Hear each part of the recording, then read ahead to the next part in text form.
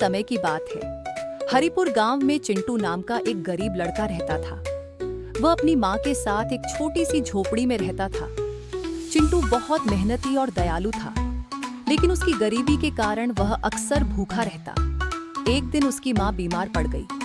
घर में पैसे और अनाज नहीं था। चिंटू ने सोचा, अगर मैं कुछ नहीं करूंगा तो माँ ठीक कैसे होगी।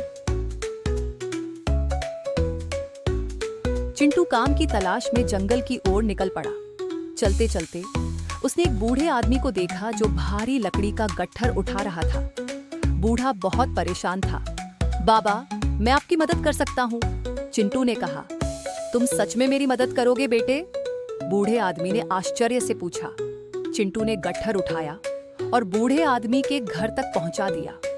बूढ़े आदमी ने खुश होकर कहा, तुम बहुत अच्छे हो बेटे, तुम्हारी मदद के लिए मैं तुम्हें एक खास तोहफा देना चाहता हूँ। बूढ़े आदमी ने एक छोटी सी चक्की दी और कहा, ये कोई साधारण चक्की नहीं है, ये जादुई चक्की है। जब तुम इससे कुछ मांगोगे और कहोगे, चक्की चलो, तो ये तुम्हें वही चीज देगी। लेकिन याद रखना, इसे बंद करने के लिए कहना होगा, चक्की रुक जाओ।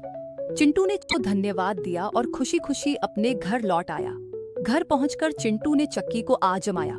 उसने कहा, चक्की चलो, मुझे चावल दो। चक्की घूमने लगी और ढेर सारे चावल देने लगी। चिंटू ने कहा, चक्की रुक जाओ, और चक्की तुरंत रुक गई। अब चिंटू और उसकी माँ के पास खाने के लिए बहुत सारा अनाज था। धीरे धीरे चिंटू ने चक्की से कई चीजें मांगी, गेहूं, फल और दवाइयाँ।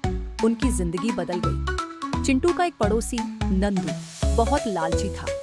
उसने देखा कि अचानक से चिंटू के घर में बहुत सारी चीजें आ रही हैं। ये गरीब लड़का इतना अमीर कैसे बन गया? नंदू ने सोचा।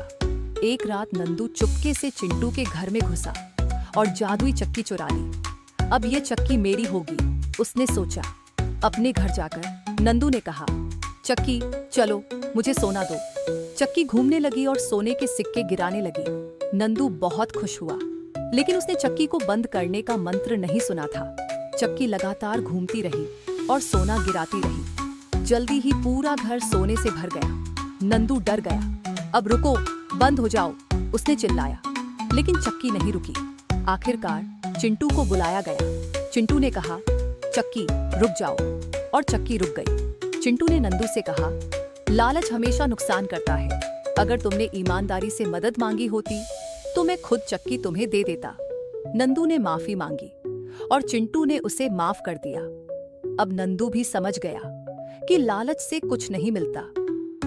चिंटू ने चक्की का इस्तेमाल पूरे गांव की मदद के लिए किया। अब हरिपुर गांव में कभी भी कोई भूखा नहीं रहता। ये कहानी सिखाती है कि ईमानदारी और दया से ही असली सुख मिलता है।